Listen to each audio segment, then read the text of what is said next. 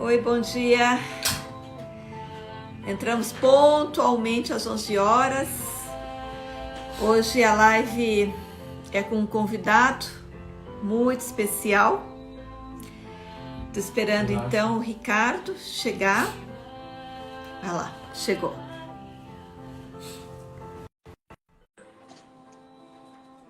Oi, Ricardo.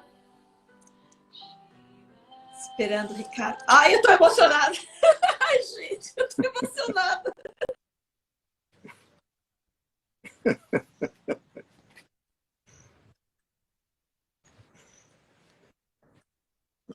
Oi, querida.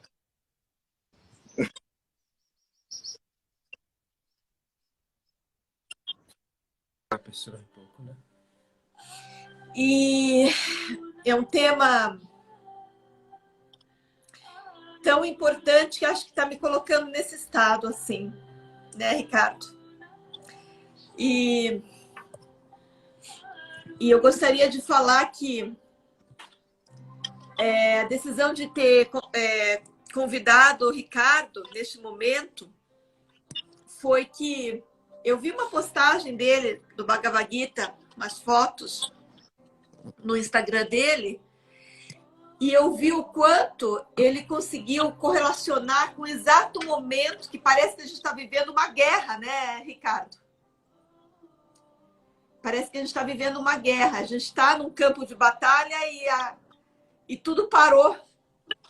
E esse é o momento em que a gente está refletindo. Então, estamos vivendo o próprio Bhagavad Gita nesse exato momento. E quando você fez aquela postagem trazendo, correlacionando exatamente o nosso momento que a gente está vivendo exato agora, único na humanidade, com essa literatura tão sagrada, eu falei, nossa, seria muito bacana se a gente pudesse estar refletindo juntos, trazer você para estar conversando com a gente sobre. Então, é com muita satisfação, Ricardo, que nós te convidamos, com muita alegria no coração que a gente recebe você, né, na nossa casa aqui, que são nossos amigos, as pessoas que viajaram com a gente. Então, é com muita alegria e satisfação que a gente está recebendo você. Então, eu gostaria, para quem não te conhece, Ricardo, que você pudesse falar um pouquinho da tua história, para que a gente pudesse, as pessoas que não te conhecem possam se conectar um pouquinho também com você. E porque acho que essa é uma mensagem que é de coração. Eu acho que quando ela chega no coração é que ela tem o seu efeito, né? E então te passo a palavra. Bom, obrigado, Rebeca, Mohan. Grande abraço para vocês, irmãos queridos, e a todos aí que estão nos ouvindo. Eu queria, antes de falar de mim, eu queria dar um pequeno spoiler. Tá.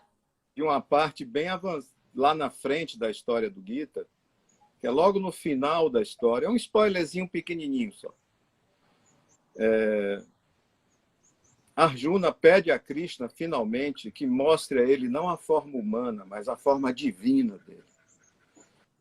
E Krishna diz para ele, meu filho, você não consegue me ver com seus olhos mortais, eu preciso abrir seu olho espiritual.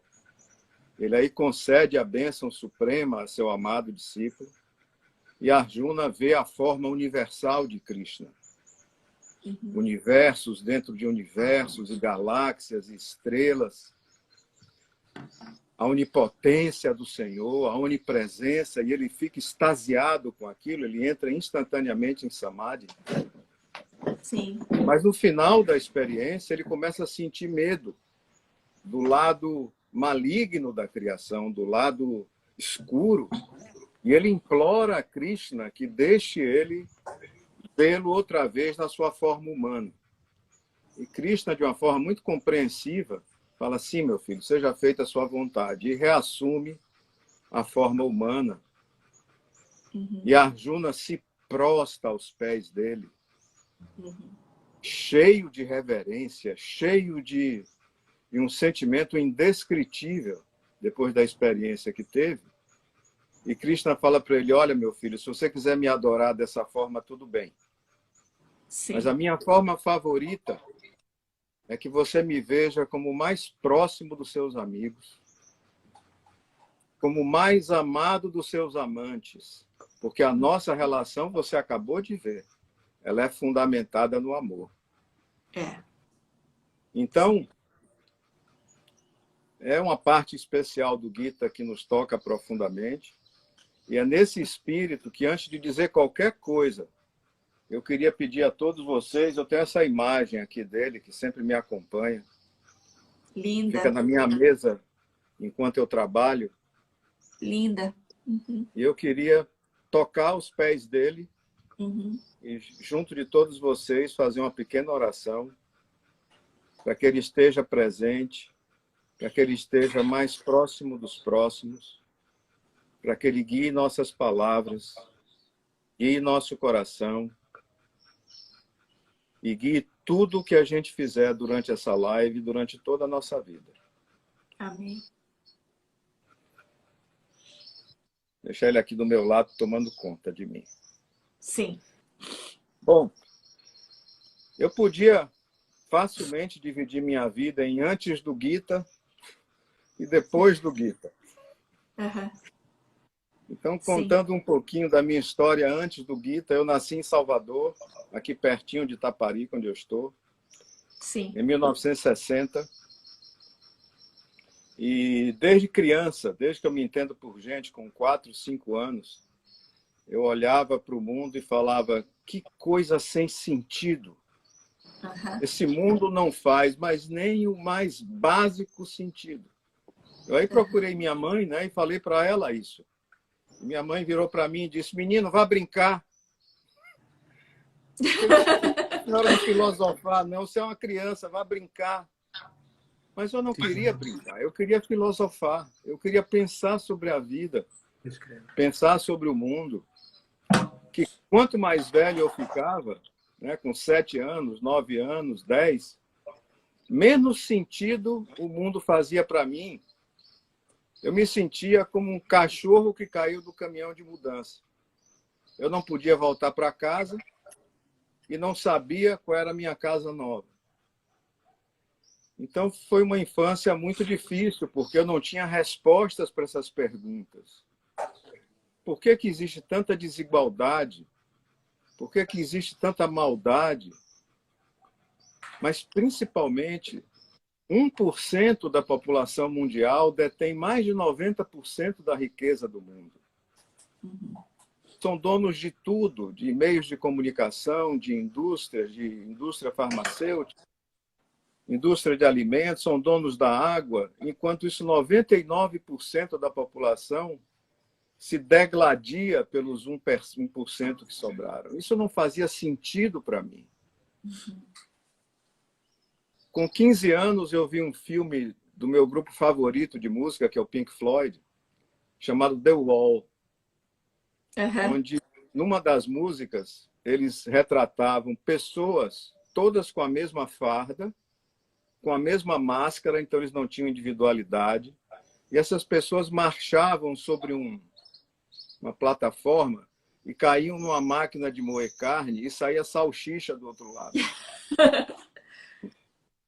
E a música repetia o refrão, né? Você é só mais um tijolo no muro.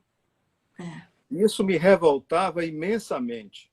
Sim. O que me levou, quando você questiona muito a sociedade que você vive, você é isolado pelas pessoas que querem viver dentro dessa máquina de moer carne.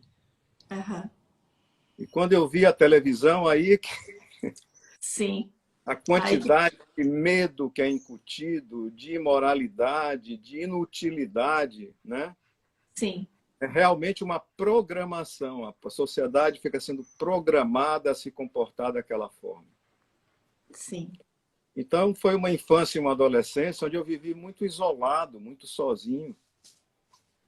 E eu finalmente entrei na universidade, eu cursei engenharia eletrônica, me formei e fui trabalhar na África, num contrato muito bom. Nossa, não conhecia essa parte, Ricardo, da África. E esse trabalho eu precisava viajar para a Europa e para os Estados Unidos porque os Sim. fornecedores são quase todos desses países. E, de uma certa forma, o sistema começou a me sugar pelo sucesso. Sim.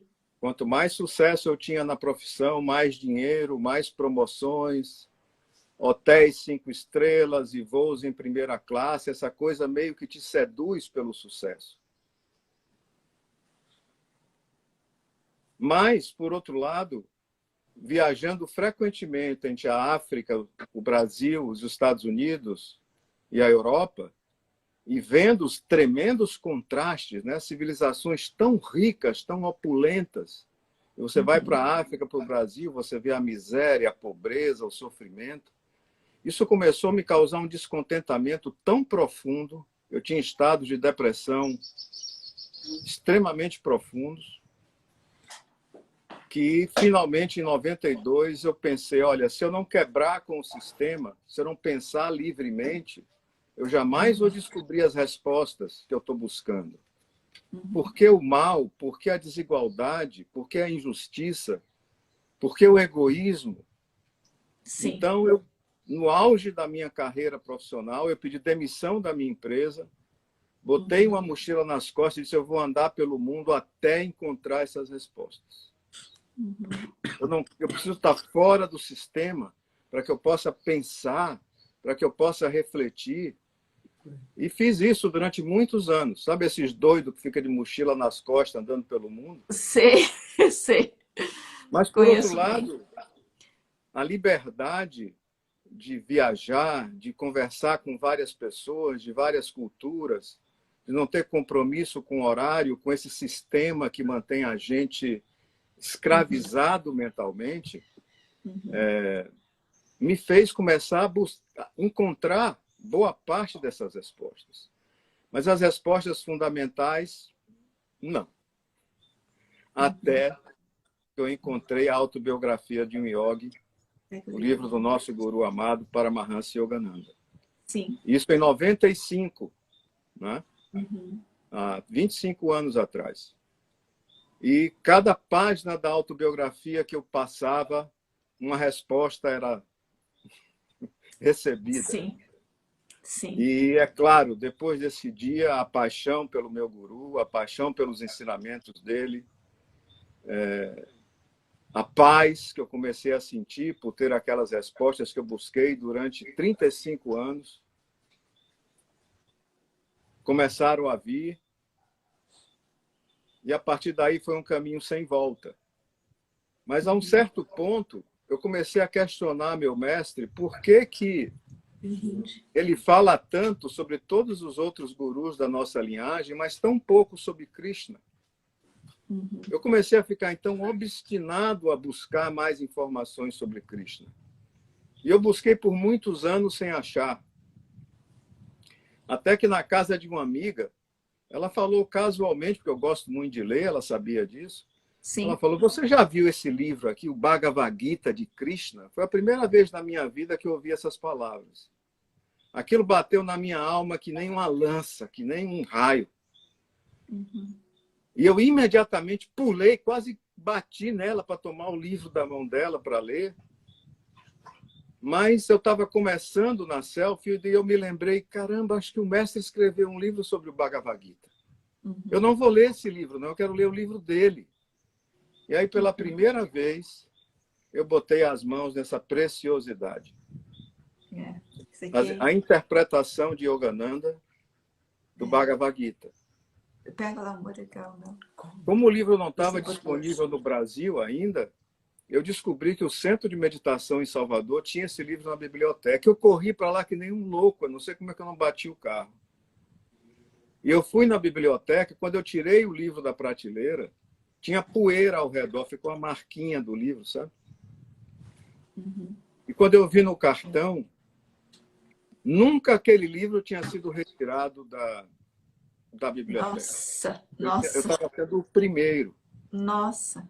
E contando um pouco antes, desde pequeno que eu sei que o número 9 tem um impacto grande na minha vida. Para mim é um sinal, toda a minha numerologia da 9 é um número que está presente nas casas que eu moro, nas placas de carro que eu compro.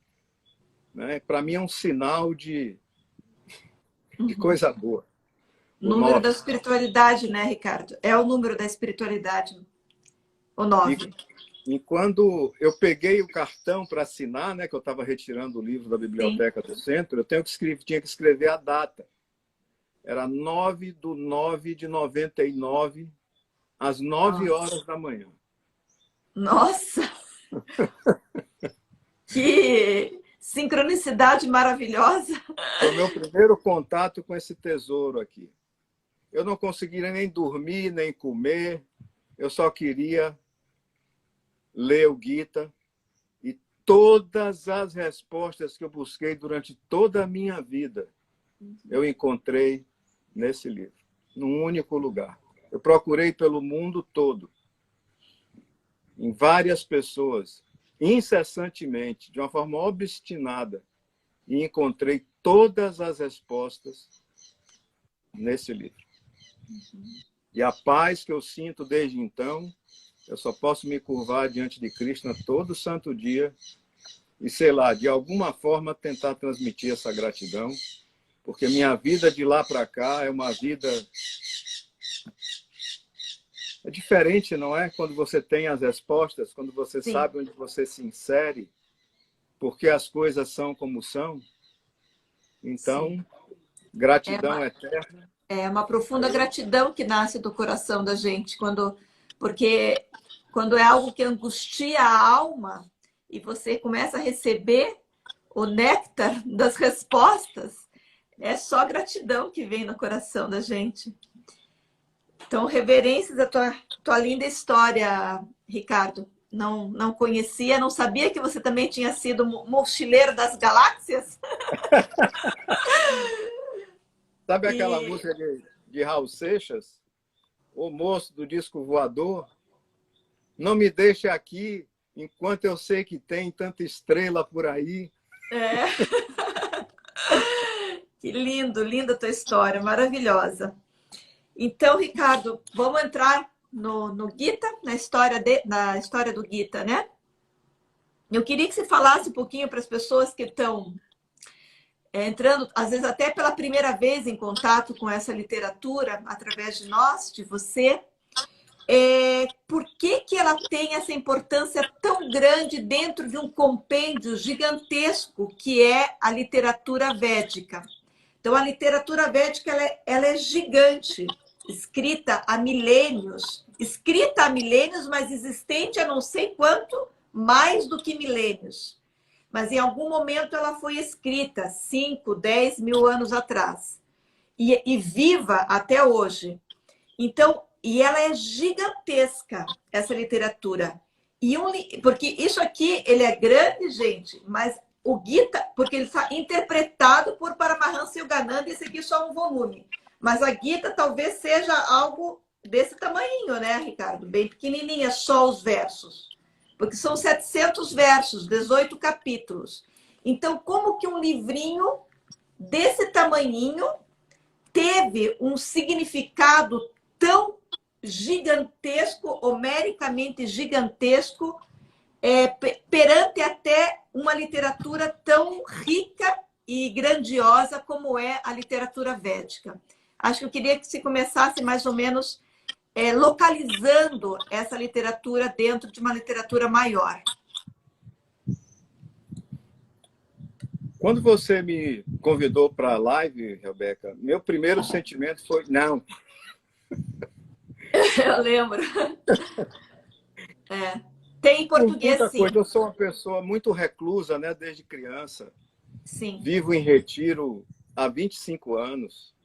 Então, é o primeiro aspecto. Mas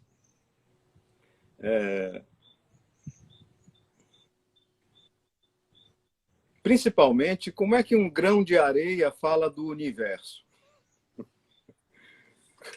Um grão de areia como eu fala do universo como o Gita. É uma coisa quase impossível, né? E eu fiquei fazendo analogia. Eu gosto muito do mar, nasci no mar. E o mar é tão vasto, quem conhece o mar inteiro? Mas a gente pode falar de alguns fatos do mar que todos conhecem. O mar tem ondas, ele tem marés, etc. E a gente pode falar da nossa experiência com o mar. Então, é nesse espírito que eu acabei achando que a gente devia sim ter essa conversa hoje.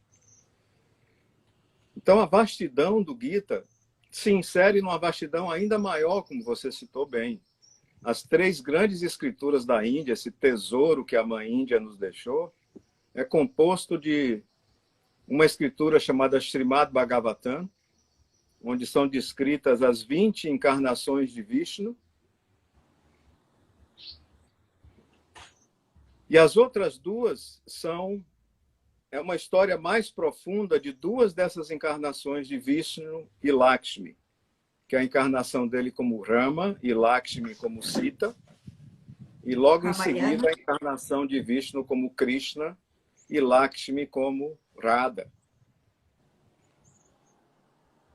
Então, o Ramayana, que é a história de Rama e Sita, e Hanuman, seu principal discípulo, e o Mahabharata, que é a história de Krishna e Radha, e seu principal discípulo Arjuna, são as outras 2, é o tripé, né, das 3 grandes escrituras da Índia.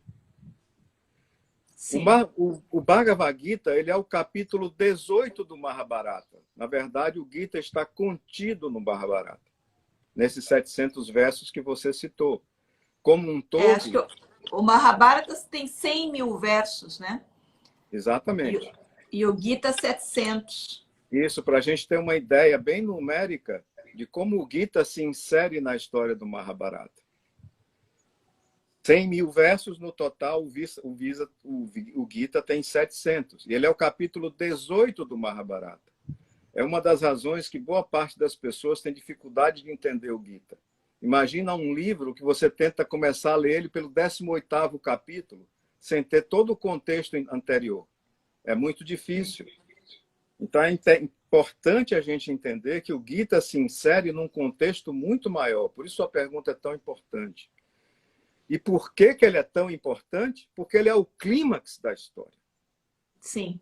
Quando a gente assiste o Mahabharata, parece que tudo o que aconteceu antes, e o Mahabharata é a história de uma dinastia de reis indianos, que começa com o rei Bharata e termina com o rei Dhritarashtra, cerca de 5 mil anos depois, é um épico, né, o Mahabharata. Todo esse contexto que leva à guerra de Kurukshetra, que é o palco onde acontece a conversa entre Krishna e Arjuna, no Bhagavad Gita, parece que tudo o que aconteceu antes conduz a esse momento supremo no campo de batalha, onde Krishna contempla seu discípulo desistir da guerra, minutos antes da guerra começar. Então, todo o trabalho de Krishna nesses 700 versos é encher seu discípulo de coragem, de fé, de confiança, para que ele lute, para que ele vença. E é exatamente essa mensagem poderosa de Krishna que levanta Arjuna e vai levantar cada um de nós. Porque é exatamente o que cada um de nós precisa, que o nosso mestre nos sacuda e diga, saia dessa covardia, saia desse medo e confie em mim, lute, você é um pedaço de mim, você é um pedaço do Espírito. Então, uma mensagem tão importante como essa, tão fundamental como essa, num diálogo direto entre mestre e discípulo, né, é que torna o Bhagavad Gita uma pérola.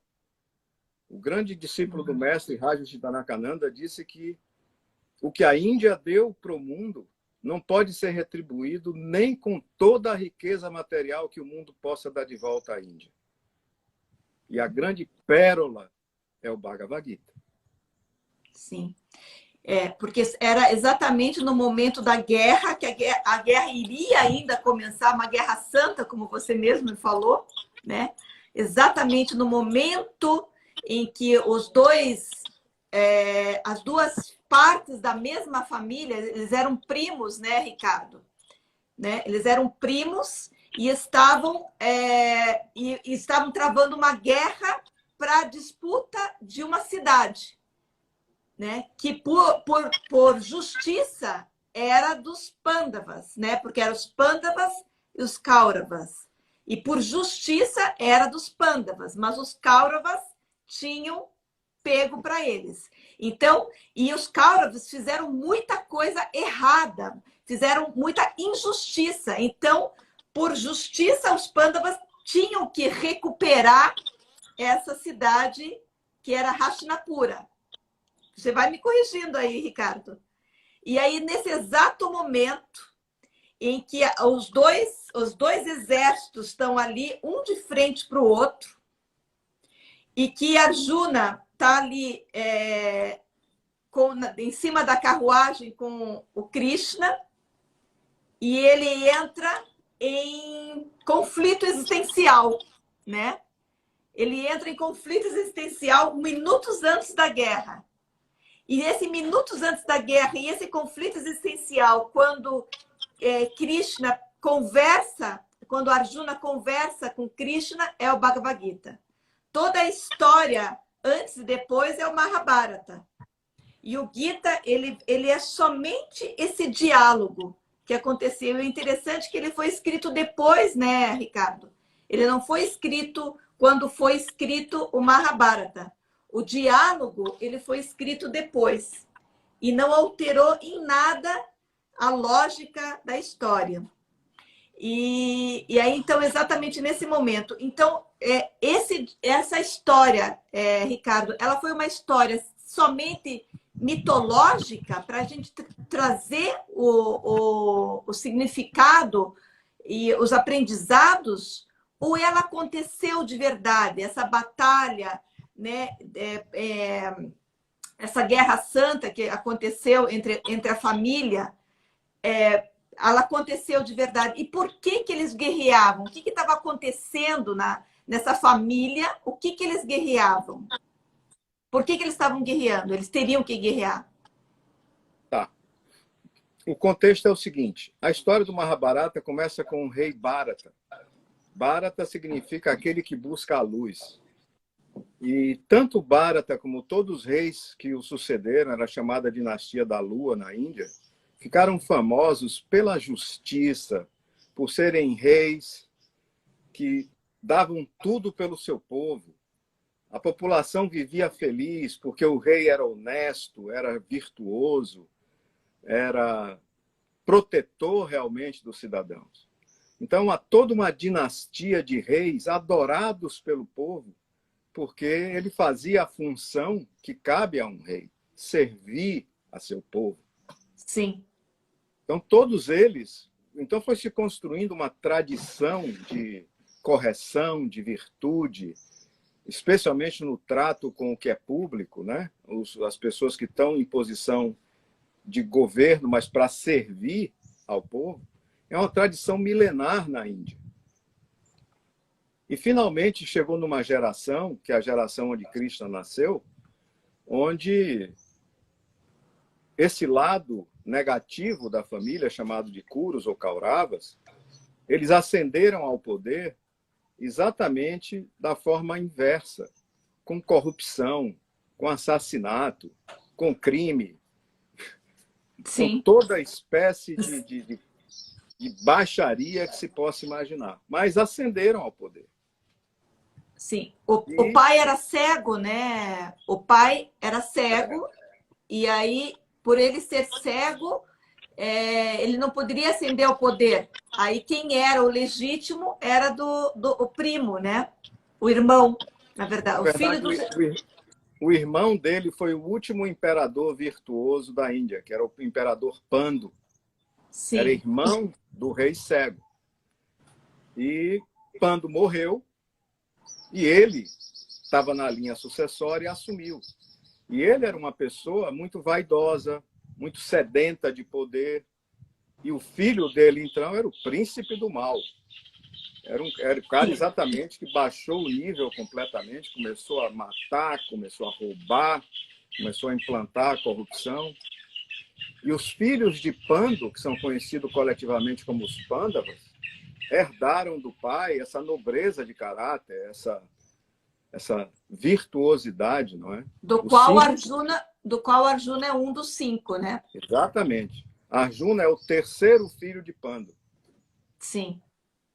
Então, o povo começou a exigir que o filho mais velho de Pando se tornasse o rei. Sim.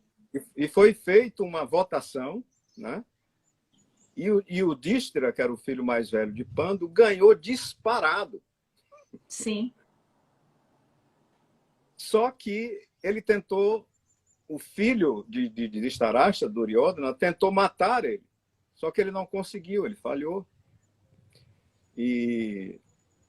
Mas ele continuou tentando, de todas as formas escusas, tirar Yudhishthira do poder, e com uma série de atos corruptos e deceptivos, ele acabou afastando Yudhishthira do trono. Isso gerou uma revolta popular imensa, porque ele não só tirou do trono, mas exilou os Pândavas por 13 anos. Sim. Então, quando os Pândavas retornaram do exílio e exigiram o trono de volta, Duryodhana se recusou. O trono que era legítimo deles, né? Um trono legítimo que eles foram expulsos ilegalmente, digamos assim, usando coisas, né? Então, eles estavam ali, cumpriram algo, os 12 anos e mais o 13º ano, e voltaram para, então, retornar ao seu império, né? Digamos assim, né? E aí chegou lá e nada, né? Deles darem de volta. Exatamente. Eles se recusaram a dar. Tem uma frase, inclusive, que tem muitas pinturas na Índia com esse gesto de Duryodhana, né? Ele fazendo esse gesto assim, dizendo: eu não dou para os Pândavas nem um pedaço de terra que caiba embaixo da minha unha. Tal a ganância. É a corrupção ao extremo, né? Exatamente. A corrupção e a ganância pelo poder, né? Sim. Então, isso que era um conflito local, localizado, acabou virando um conflito mundial, verdadeiramente mundial. Porque ficou claro que teria que acontecer uma guerra, e a despeito da Primeira e da Segunda Guerra Mundiais, que são chamadas dessa forma, mas basicamente só envolveram a Europa e 4 ou 5 países fora da Europa, a grande maioria dos países nem sabia que tinha guerra. Sim. Então é uma certa arrogância e prepotência chamar essas guerras de mundiais, mas foram chamadas assim. A Guerra de Kurukshetra, não. Sistematicamente, os países foram se alinhando ou com os Pândavas ou com os Kurus. Ninguém ficou de fora. Por isso que então, é bem parecido do que a gente está vivendo hoje, né, Ricardo? Exatamente, Rebeca. Exatamente o que a gente está vivendo hoje. Ninguém está de fora. A situação Ninguém está de fora. A gente já viveu conflitos que afetam um continente, um país, né? Sim. Faz muito tempo que a humanidade não enfrenta um conflito de proporções mundiais, onde todo mundo está unido ao redor da mesma causa. Então, Sim. de uma certa forma, esse vírus, ele uniu o mundo para tratar do mesmo problema, ou seja, de repente todo mundo está no mesmo saco. Sim. E cada um de nós tem que escolher um lado. Sim. Nesse momento, ninguém pode ficar isento. O próprio Krishna disse: se você ficar isento, você já escolheu o seu lado. Sim. E, gente, e o que o Ricardo está explicando para vocês, para nós todos, é tudo Mahabharata. Imagine, nem começou Bhagavad Gita. Ele só localizou na história, contou um pouquinho da história, é Mahabharata. O diálogo ainda nem começou, né, Ricardo? Porque a Gita começa exatamente quando o diálogo começa a acontecer. Quando Arjuna para no meio da guerra, então tá. Então, será que eu vou guerrear? Né? Quando ele vê na frente, no outro lado do campo de batalha, ele vê o tio-avô, o primo, o professor, e ele vacila, né? Ele vacila, ele se sente, ele entra em sofrimento. Arjuna, que é a representação de nós, né? Do nosso coração, ele entra em sofrimento naquele momento e vacila. E aí, Ricardo? Só para dar um pouquinho mais de contexto, tá. Lembra que eu falei que os Pândavas foram exilados? Sim, ficaram 12 anos fora. 13. 13 é o total, sim. quando o exílio aconteceu, Krishna se reuniu com os Pandavas e disse a ele, olha, podem se preparar, porque isso vai dar guerra. Krishna já profetizou a guerra 13 anos antes, quando os Pandavas foram exilados. E é muito interessante porque ele diz o seguinte, olha, ele se reúne com os Pandavas, né, para analisar a situação estratégica, ele fala, basicamente, vocês estão fritos. Vocês estão Vocês vão fritos. perder a guerra. Vai ter a guerra e vocês vão perder. E os Pandavas se revoltam, poxa, você é nosso mestre, nosso conselheiro, em vez de nos incentivar, você está dizendo que a gente vai perder? E Krishna responde, o que é que eu posso fazer? Eles são mais numerosos? E são Eles mais eram poderosos. 100, né? Eles eram 100. 100 filhos. 100 Os filhos? filhos de Dhritarashtra. Os Pandavas eram 5. 5. Mas Krishna estava se referindo a um avanço numérico do ponto de vista de exércitos, não só deles individualmente. Sim. Eles são mais numerosos e são mais poderosos do que você. Então vocês vão perder. Aí os Pandavas ficam, poxa, você é nosso mestre, dizendo que a gente vai perder, vamos entregar logo. Ele fala, não, peraí. Pega Arjuna e fala, você vai meditar incessantemente para pedir as bênçãos da Mãe Divina e de Shiva. Porque a única chance que vocês têm de vencer essa guerra é se vocês tiverem armas divinas. É mais ou menos a sensação que a gente tem perante a corrupção que a gente vive, né?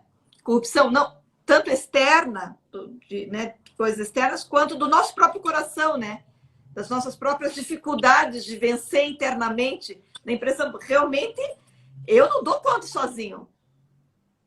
Não é? E repare o que Krishna fala para Arjuna. Você tem que meditar para buscar armas divinas, senão você não vence. Não vence. Essa frase é importantíssima, porque Krishna aponta a meditação como método através do que cria armas divinas para vencer um inimigo que ele já via de outra forma. Avançando 13 anos no tempo, quando começa a acontecer o conflito depois do exílio, e Duryodhana se recusa a devolver, os países começam a se alinhar, ou de um lado ou de outro, e se configura uma guerra verdadeiramente mundial, onde todos os países estavam envolvidos. Então, o mundo inteiro estava em jogo. Não apenas uma cidade ou um grupo de cidades, mas o mundo inteiro estava diante de uma guerra suprema, uma guerra que foi a guerra mais violenta da história da humanidade, e aí os exércitos se perfilaram para começar a guerra. Nesse momento, Arjuna pede a Krishna que pare tudo e leve ele para o centro dos exércitos. Portanto, Arjuna era o único guerreiro que tinha armas divinas. Ou seja, a única chance dos Pandavas vencerem a guerra estava em Arjuna conseguir lutar. E quando no meio do campo de batalha, Arjuna desiste, começa a fraquejar, o corpo dele treme, a boca fica seca, ele larga as armas, senta na carruagem, vira para Krishna e fala, eu não vou lutar. Isso significava um contexto importantíssimo. Arjuna era o único capaz de virar o jogo de forças para o lado dos Pandavas. Se ele desistisse, a guerra acabava ali. E o mal venceria. Mais uma vez, isso. O Gita tão importante, porque se Krishna não consegue incensar seu discípulo a lutar, a guerra entre o bem e o mal ia ser perdida. Então, é isso que torna o Gita e esse contexto tão importante. Tanto que o primeiro capítulo do Gita chama-se O Desencorajamento de Arjuna. Sim, esse momento. Então, deixa eu ver aqui que a gente tinha mais ou menos planejado de conversar nessa sequência. E aí, quais são as ferramentas que... Porque nessa angústia que o Arjuna sente, dessa incapacidade, né, de seguir em frente nessa luta, quais são as ferramentas que ele tem dentro, que ele tem que despertar dentro do coração dele? O que Krishna responde para ele a hora que ele fala assim, vou desistir, não vou dar conta, não quero lutar, vou ficar meditando não, vou me isolar, né? Vou ficar fora dessa briga, dessa guerra, não vou lutar. O que Krishna, quais são os argumentos que faz com que Krishna se levante? Arjuna se levante. Maravilhoso, Rebeca, porque isso se encaixa muito no tema da nossa live, né? Por que que o Gita é importante hoje, né? A gente está sofrendo um ataque de propaganda nos levando a ter medo, né? A ficar escondido, a ficar, né? E por outro lado, uma série de ações tirânicas sendo tomadas, né? Coibindo a população de circular, né? Sim. E, de uma certa forma, é difícil você não sucumbir a esse medo. E o que é que Krishna faz para levantar seu discípulo? Primeiro, ele chama ele pelo nome. Ele fala, isso é hora de tamanha covardia. Eu não dou a pílula, não. Isso é hora de tamanha covardia? Quando o mal lhe encara e a destruição do mundo e da população inteira do mundo está diante de você, você se acovarda? Uhum. Isso é hora de se acovardar? E Arjuna, apesar desses argumentos de Krishna, continua encolhido, com medo, sem querer lutar. Krishna parte para uma segunda linha de argumentação. É sua responsabilidade lutar. Você é um guerreiro. O Dharma de um guerreiro é lutar, é proteger o povo, é proteger o bem-estar da população. Se esses caras ganharem, isso é mais do que um conflito familiar entre vocês, seus irmãos e o outro. Essa questão é irrelevante. A questão relevante aqui é a luta do bem contra o mal. Se esses caras continuarem no poder, o povo vai sofrer. O povo vai estar submetido a um regime tirânico. Você tem responsabilidade como kshatriya, como guerreiro. É seu dharma lutar. E aí? Nada. Nada, Arjuna, né? sentado, está sentado, continua. Continua.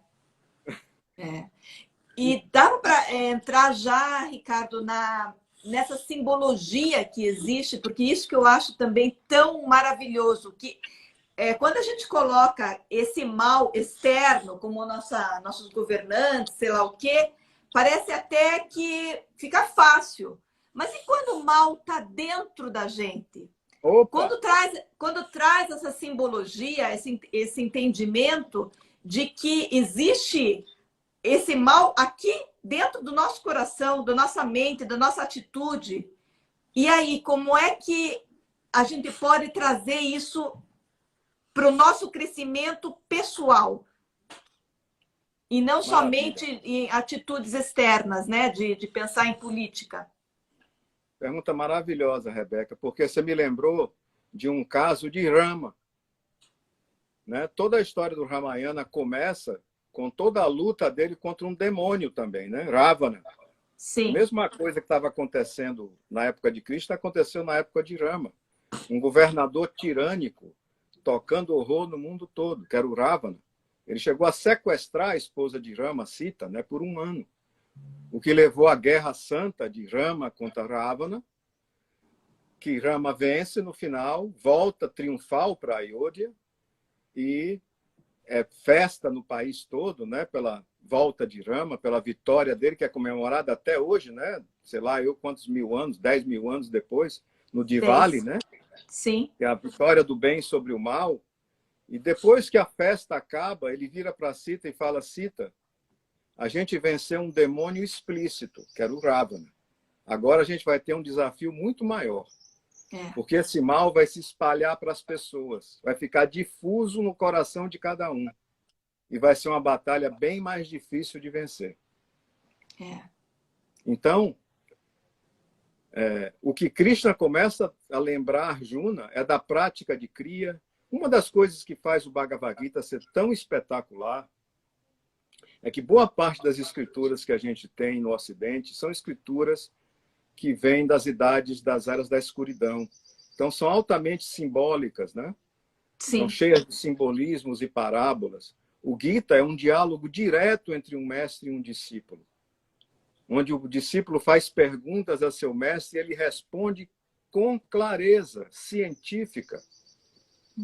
Então, Krishna começa a alertar Arjuna exatamente isso que você falou. O mal está dentro de você. Você está lembrado que eu te ensinei Kriya Yoga? Você está lembrado que esse mundo não é o único mundo que existe, que existem vários planos da existência, que a sua alma é imortal? Ou seja, a ignorância, né? O mal como a própria ignorância. Que está dentro de nós. Então, isso é fundamental. É uma estratégia que Krishna usa com Arjuna. Antes de lutar contra o mal, você tem que extirpar esse mesmo mal de dentro de você. E esse mal se manifesta de muitas formas. Em especial na época que a gente vive, através do medo. Aí quando você entra em contato com algo elevado que te inspira, né, a mudanças, e aquele hábito volta a acontecer. Não, a partir de agora, né, eu vou ter tais e tais atitudes que eu sei que estão mais corretas. Mas existe um vício de comportamento, um vício de pensamento que nos impede de caminhar na linha desse Dharma, dessa atitude correta. Acho que também foi um questionamento que a Arjuna teve, né, Ricardo? Sim. Né? Porque, assim, parece assim que não tenho forças suficientes para vencer esse mal que habita. Né? Até mentalmente eu decido que sim. Ok, entendi, vamos lá. Mas na hora H tem uma força contrária muito forte que a gente tem que vencer. Como vencer essa força? E que força é essa que está segurando a gente no local que até inclusive, e quando ele está desconhecido, pior ainda, que você nem sabe o mal que habita em você, né? Tá dormindo com o inimigo e nem sabe. Mas tudo bem, já descobri até quais hábitos, quais atitudes eu deveria estar reformulando, e mesmo assim continua lá. E aí? Que pergunta eu sou maravilhosa. Arjuna agora, Ricardo, eu sou Arjuna. Você e aí, incorporou Krishna? mesmo, Rebeca, porque é exatamente o que Arjuna pergunta a Krishna. Você fez exatamente a pergunta que ele faz. Tá bom, mestre, eu já reconheço que o medo é ruim, que eu estou errado, que isso vem de comportamentos do passado, né? Mas como é que eu me livro disso? Parece ser mais forte que eu. Quem nunca se sentiu assim? Diante de um vício que você sabe que é ruim e você não consegue se livrar, né? Sim. Diante de um medo que você sabe que é ruim, mas você não consegue se livrar. E esse é um ponto fundamental do Gita, minha irmã. Porque Arjuna se vira para Krishna, ele fica tão confuso e Krishna dá tanto esporro nele, né? Que ele chega uma hora que ele fala exatamente isso que você falou. Eu sei que eu estou errado. Eu sei que eu tenho coisas dentro de mim que eu preciso mudar, mas eu não tenho força, queixado. E eu estou confuso, eu não sei o que fazer. A minha mente está em 3 milhões de pedaços. Mas eu só sei uma coisa no meio dessa confusão toda. Eu sou seu discípulo. Me ajude, porque o meu único refúgio é em ti.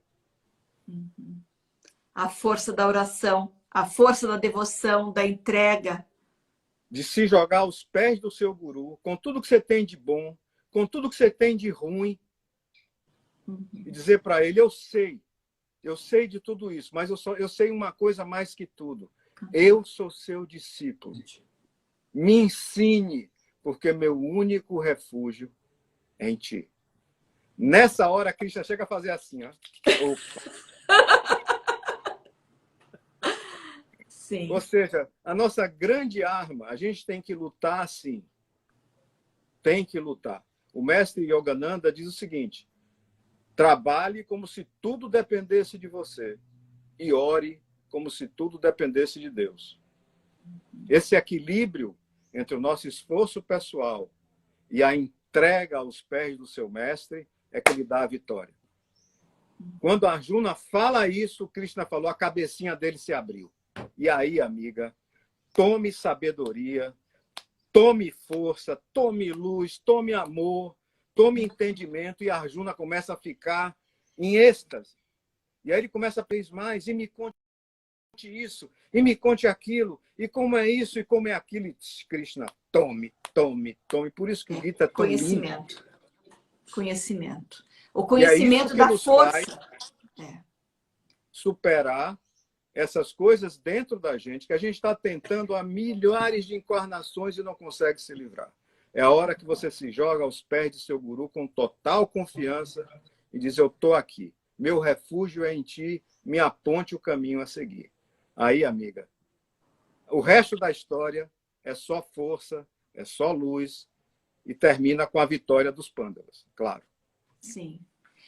Me faz lembrar que escutei de um monge lá na Yogoda, lá na Índia. Não sei se estou certa na porcentagem, mas que o nosso esforço é 25%. 25%, não é? Esse dado é importante. 25% do nosso, 25% é do guru, e 50% é de Deus. Tá certo? É graça a Deus. Perfeito. Então, você pensa que é mais ou menos aquela frase que quando você dá um passo em direção a Deus, Deus dá 10 na tua direção. Então, a força da oração, as pessoas, a gente muitas vezes subestima, né? Subestima o poder dessa oração, dessa entrega, de que quando a gente se coloca aos pés, né? Nós temos o nosso mestre espiritual, que é Paramahansa Yogananda, mas não necessariamente, né, a pessoa está conectada com esse guru, mas aos pés de quem se representa a divindade, o conhecimento, ou a própria divindade propriamente dita, a Jesus, a Maria, né? Quando a gente se coloca inteiramente, os benefícios são muito mais do que você pode imaginar. Eu acho que a gente perde muito de não estar rezando. Eu acho que uma das primeiras ferramentas básicas, e é tão simples, porque você não precisa nem de técnica, né? Porque a meditação ainda você precisa de técnica. Ainda é um passo mais avançado, né? Mas o rezar, você só precisa ter um coração puro e humilde, né? Porque quando Arjuna se coloca ali, ele coloca toda a fragilidade, é sair da prepotência que somos nós quem fazemos alguma coisa, né? Porque a gente pensa que a gente que faz, e a hora que a gente se coloca na humildade, Deus me ajude, eu não consigo fazer. É que, na verdade, a gente tem que tomar consciência que é impossível fazer sozinho. É impossível fazer sozinho, porque o mal, ele é muito grande. A gente não dá conta sozinho. A gente precisa da bênção, né? Tem um contexto, Rebeca, você falou, me lembrou dele, ele é muito importante, eu tinha me esquecido. Lembra que eu falei que os países começaram a se alinhar de um lado do outro? Sim. Um dos clãs envolvidos nessa escolha era o clã dos Yadavas, de Krishna. Os clãs dos? Dos Yadavas, que é o clã que Krishna pertencia. E Krishna era o guerreiro mais poderoso do planeta. E os exércitos dos Yadavas, o exército mais poderoso do planeta. Então, os dois lados correram para Krishna imediatamente para conseguir a ajuda dele na guerra. Porque eles sabiam que o lado que Krishna tivesse e o exército Yadava iria vencer. Como os dois chegaram numa circunstância em que Krishna manipulou a circunstância para que ele não apoiasse os Kurus, se gerou um conflito, né, entre Duryodhana e Arjuna, para conseguir o apoio de Krishna. E Krishna fez o seguinte: tá bom, peraí. Então eu vou fazer o seguinte: para um de vocês, eu vou dar todos os meus exércitos, o meu poderoso exército dos Yadavas. E para o outro, eu vou dar só a mim. Mas eu não vou lutar. Eu não vou pegar em armas. Eu só vou dar conselho. Façam a escolha. A primeira escolha coube a Arjuna, que se jogou aos pés de Krishna e disse: tu és o meu exército, Senhor. Eu escolho a ti. E Duryodhana deu pulos de alegria, né? Porque ele ficou Sim, porque achou que ficando com os exércitos ele estava... Ele falou: eu já ganhei. Esse trouxa desse Arjuna, todo apaixonado por Krishna, escolhe ele e largou os exércitos para mim, né? Sim. E ainda disse, Krishna ainda disse que não ia lutar. Ele só ia dar conselho, o que é fortemente simbólico para nós. Sim. Né? Krishna não vai lutar por você. Ele vai lutar com você. Sim. Olha só, Então, maravilhoso isso. Eu nunca tinha percebido isso. Maravilhoso. Ele não vai lutar.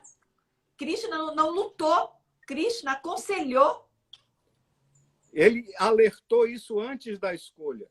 Saibam que o lado que escolheu os meus exércitos leva os soldados todos, todas as armas, tudo.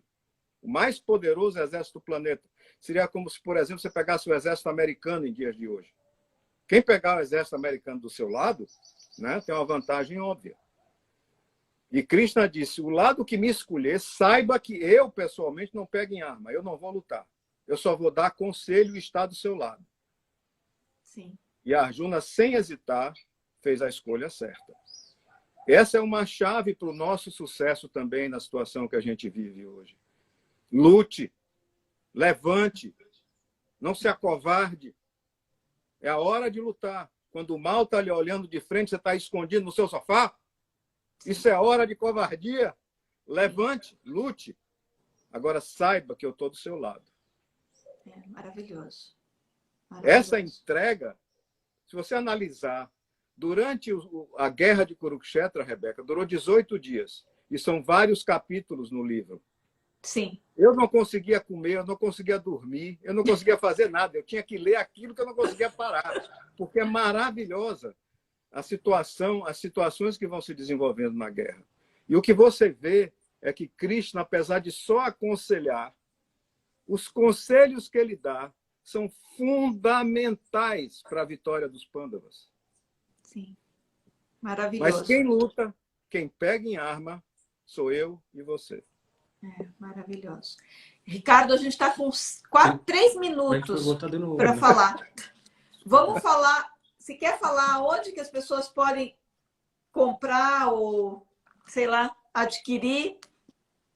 Recentemente, a gente teve o lançamento do Bhagavad Gita em português, uma coisa super recente. Você vê que o livro está instalando de novo. Então, quem quiser se aprofundar nesse assunto... Pessoal, acho que a gente volta na live, termina e a gente volta, porque daí a gente tem mais 1 hora, daí a gente fica mais uns minutos mais tranquilos, senão a gente... Entendeu, Ricardo? Vai terminar a live e a gente volta mais um pedacinho depois. A hora que falta 2 minutos, só para a gente poder finalizar direitinho. Mas pode ir falando, a hora que terminar a gente já volta. Então está aqui o Gita já em português, é vendido no Brasil pela Onisciência. Vocês podem procurar o site da Onisciência na internet. Eles também estão aqui no Instagram. E adquirir o seu exemplar lá. É a forma de você ir mais fundo nessa história tão maravilhosa e tão importante para nós. E aí tem leituras complementares, né, Ricardo? Que você acha que ajudaria bastante a pessoa. Olha, conhecer a própria história do Mahabharata, que existe um vídeo indiano, né? Em DVDs, maravilhoso, com toda a história do Mahabharata. É uma forma de você também conhecer todo o contexto da história, o que ajuda muito a você entender o Gita. E aonde conseguiria esses vídeos do Mahabharata? Esse é mais difícil, né? É mais difícil porque a empresa que vendia desapareceu da internet. Mas nós temos... o que a gente tem feito para as pessoas é gravado em quem deseja no HD externo. né? Porque não tem mais que você comprar na internet, então a gente tem dado para as pessoas que se interessam dessa forma. E